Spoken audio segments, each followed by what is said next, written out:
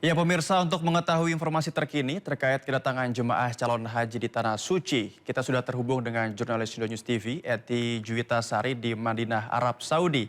Eti, hari ini ada berapa kloter yang tiba di Madinah dan bagaimana nanti aktivitas selanjutnya para jemaah di sana? Ya, Noval dan pemirsa, nih keempat, di hari keempat ini jemaah haji sudah tiba, itu ada sebanyak 20.000 jemaah haji dari 5 kloter. Ini para jemaah haji sudah memenuhi hotel-hotel di kawasan Masjid Nabawi ini. Dan untuk hari ini, di hari keempat ini, dijadwalkan akan ada 16 kloter yang terdiri dari 6.227 jemaah haji yang akan tiba di Bandara Amir Muhammad bin Abdul Aziz.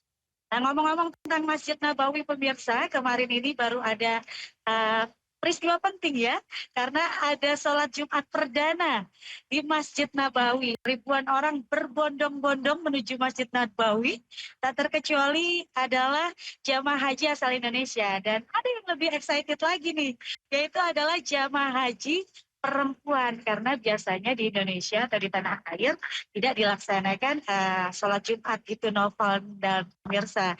Jadi mereka merasa, saya kemarin sempat berbincang sedikit dengan para ibu-ibu jamaah haji Indonesia, mereka merasa haru dan penasaran bagaimana sih sholat Jumat di Masjid Nabawi. Namun Noval dan pemirsa, ada kabar duka. Kemarin Jubir Kemenhaj Ihsan Marsya mengungkapkan dalam keterangan persnya bahwa ada satu jemaah haji yang meninggal dunia atas nama Rodiah, 68 tahun. Beliau ini berasal dari embarkasi Solo atau SOC. Dan ia ini kloter ketiga embarkasi Solo meninggal dunia. Namun pemerintah melalui PPIH Arab Saudi mengungkapkan bahwa hak ibadah haji beliau tetap akan terpenuhi, karena nantinya petugas PPIH akan membadalkan haji bagi jamaah haji yang meninggal dunia sebelum bisa melaksanakan hajinya. Noval dan pemirsa, diimbau nih, oleh karena itu diimbau bagi para jamaah haji untuk mengetahui kondisi fisiknya sendiri. Jadi jangan memaksakan jikalau badan terasa tidak kuat atau tidak nyaman untuk beribadah di masjid. Kita harus menjaga diri kita, makan yang teratur, istirahat yang cukup, dan juga tidak memaksakan untuk nantinya diistirahatkan tubuhnya untuk bisa sampai ke puncak haji nantinya. Tetap fit hingga puncak haji nantinya. Begitu Noval dan pemirsa. Iya, tentunya kita berdoa bersama agar amal dan ibadah dari satu jemaah ataupun juga rekan kita yang meninggal di sana diterima oleh Allah Subhanahu wa taala, dan peringatan dari tadi juga atau imbauan agar para jemaah lebih aware terhadap kesehatannya. Terima kasih Eti atas laporannya, selamat bertugas kembali. Ya, musim haji kali ini jadi sorotan karena tingginya jumlah jemaah lansia yang mencapai 44.000 orang. Salah satu di antaranya adalah calon jemaah haji asal Serang yang berusia 75 tahun.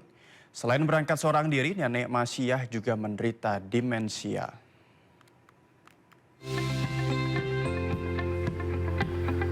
...393 jemaah haji kloter 3 embarkasi Cipondoh, Banten tiba di Bandara Soekarno-Hatta untuk bertolak ke Saudi Arabia. Banyaknya jemaah haji lansia membuat petugas harus ekstra hati-hati membantu dan melayani. Ada yang harus turun dari bus dengan cara digendong untuk ditempatkan ke kursi roda. Bahkan ada juga jemaah calon haji yang menderita demensia, penurunan fungsi otak atau daya ingat.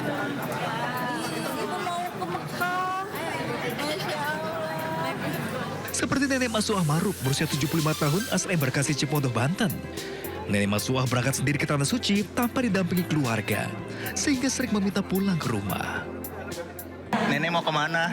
Mana Nyai? Mau kemana Nyai? Tanya kemana? Berangkat haji. Berangkat haji. Nah, jangan minta pulang lagi berarti ya. Hati-hati ya Nyai. Namun, dengan pelayanan PPIH, akhirnya Nenek Masuah tetap berangkat. Nantinya ada petugas kesehatan dan ketua rombongan yang akan menemani. Gejalanya satu demensia. Oh, demensia. Jadi kebetulan memang berangkat sendiri, tidak dengan keluarga. Jadi dia merasa nggak ada keluarga di sini, minta pulang gitu. Kebetulan dari pihak rombongan memang sudah kenal dekat. Jadi dia karena nggak ada yang dikenal gitu, pengen balik ke rumah terus. Berdasarkan data Kementerian Haji dan Umroh, penyelenggara haji tahun ini memang didominasi oleh jemaah haji lanjut usia. Bahkan 60% usia di atas 50 tahun. Sehingga butuh kesabaran petugas dalam melayani mengawasi tamu Allah. Dari Tangerang, Banten, Hasnugara, iNews melaporkan. 20 tahun menabung dari berjualan akhirnya berbuah manis. Sukacita dirasakan oleh seorang pedagang sayur keliling di Lampung yang berhasil mewujudkan impiannya menunaikan ibadah haji tahun ini.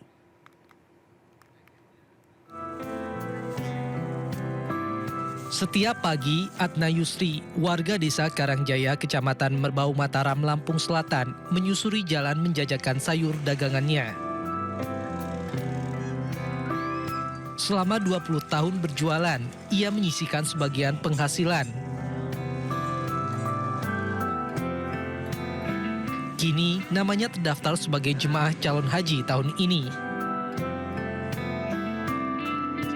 Ia memiliki 5 ember penuh uang koin pecahan Rp1.000 untuk melunasi pembayaran ibadah haji.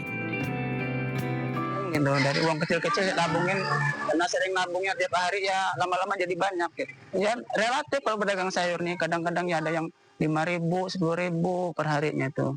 Ya, kalau lagi ramai ya bisa 20.000.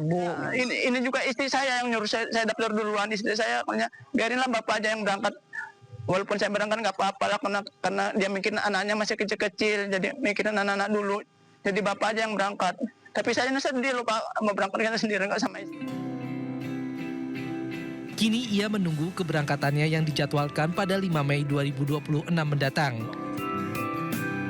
Dari Lampung Selatan, Lampung, Heri Fulistiawan, iNews melaporkan. Kita beralih ke informasi lain pemirsa, Ketua DPRD Magetan, Suratno menangis saat digelandang keluar kantor Kejaksaan Negeri Magetan. Ia menjadi tersangka setelah diduga terlibat mengantongi dana hibah sebesar 242,9 miliar rupiah.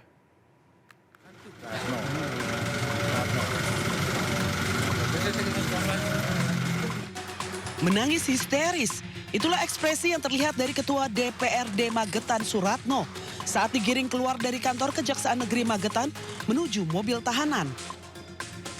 Dengan pengawalan ketat dan tangan terborgol, air matanya menetes deras seolah-olah menyesali perbuatannya.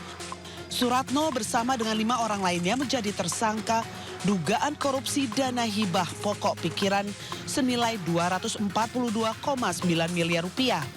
Ia bersama dengan tersangka lainnya tampak lemas usai diperiksa selama 8 jam oleh jaksa. Penetapan tersangka Ketua DPRD Magetan tahun 2024 hingga 2029 ini dilakukan setelah Kejari Magetan memeriksa 35 orang saksi dengan alat bukti berupa 788 bundel dokumen dan 12 barang bukti elektronik. Para pelaku korupsi ini menguasai seluruh tahapan hibah, mulai dari perencanaan hingga pencairan dari total anggaran 335,8 miliar rupiah yang terrealisasi. Sementara mereka diduga mengantongi 242,9 miliar rupiah yang disalurkan melalui 13 OPD. Berdasarkan surat penetapan tersangka nomor KAP 797 tanggal 23 April 2006, juz surat perintah penyidikan nomor print 122 yang semuanya ditanggalkan tanggal 23. Dia ada 6 surat penetapan tersangka. Keenam tersangka dugaan tindak pidana korupsi ini kemudian dibawa ke rutan kelas 2B Magetan untuk menjalani penahanan selama 20 hari. Dari Magetan, Jawa Timur, Asfi Manar, iNews melaporkan. Keberadaan minyak kita atau juga minyak goreng subsidi beberapa hari belakangan ini masih kosong. Seperti yang terjadi di Pasar Mangkang Kota Semarang, di mana stok minyak kita masih kosong. Sejumlah pedagang sembako tidak ada yang memiliki stok minyak kita. Pedagang pun mengaku lebih dari 2 pekan tidak mendapatkan kiriman minyak kita. Kini mereka beralih menjual minyak goreng dengan merek lain, namun harga jual pastinya lebih tinggi.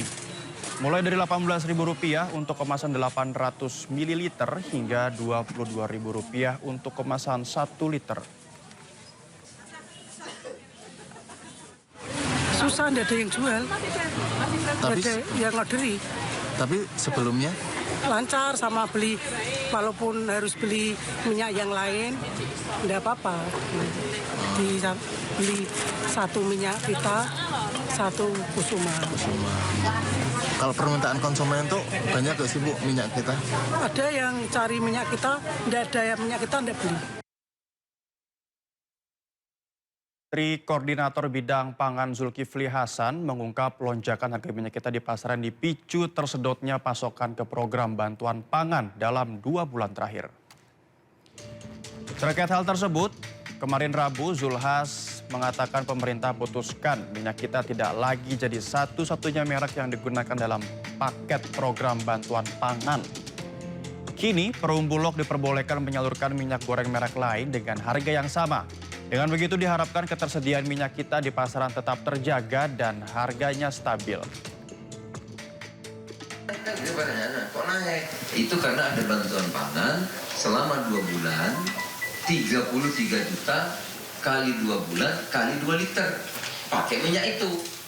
Nah sekarang kita berubah, bantuan pangan nanti kita akan pakai merek apa saja dengan harga yang sama, tentu kita akan minta kepada produsen sehingga minyak kita tidak terganggu di pasarnya.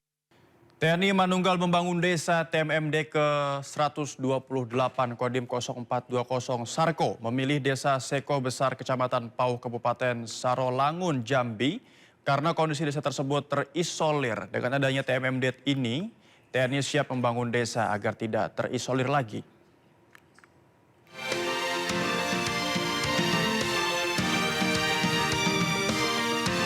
Desa Seko Besar Kecamatan Pauh Kabupaten Sarolangun Jambi menjadi desa sasaran TNI Manunggal Membangun Desa TMMD ke-128 Kodim 0420 Sarko. Kehadiran program strategis nasional yang mengedepankan sinergi antara TNI dan pemerintah daerah ini mewujudkan harapan warga untuk meningkatkan perekonomian dan kesejahteraan yang selama ini didambakan. Kondisi jalan menuju Desa Seko Besar yang masih sulit dilalui kendaraan sepanjang 4,7 km menjadi sasaran fisik TMMD ke-128 Kodim Sarko. Di samping pembangunan rumah layak huni, pembuatan sumur bor, musola, dan sarana MCK. Harapannya TMMD ini menghasilkan suatu hasil yang baik berupa fisik yang bermanfaat buat masyarakat ataupun non fisik yang bisa mempererat hubungan antara Pemda, masyarakat, kepolisian, kemudian tentara dan seluruh stakeholder di sini. Guna mendukung pelaksanaan TMMD ini, pemerintah Kabupaten Sarolangun mengalokasikan anggaran sebesar 1,3 miliar dari APBD. Kita melaksanakan TMMD ke-128 dan LIM 0420 Sarko. Nah, dalam ini kegiatan tadi telah disampaikan, ada infrastruktur jalan, kegiatan kesehatan juga, banyak lainnya juga ada untuk bantuan masjid, sumur bor, yang insya Allah bedah rumah juga ada. TMMD ke-128 akan berlangsung 30 hari pengerjaan dengan cara swakelola bersama masyarakat desa. Dalam acara pembukaan juga digelar periksa kesehatan gratis dan pembagian bantuan untuk keluarga kurang mampu. Sindikat penyelundupan kendaraan ke Timor Leste akhirnya terbongkar. Sejak awal tahun 2025, ribuan unit kendaraan bermotor berhasil diselundupkan pelaku. Sementara 52 unit kendaraan berhasil disita Direktorat Reserse Kriminal Khusus Polda Jawa Tengah.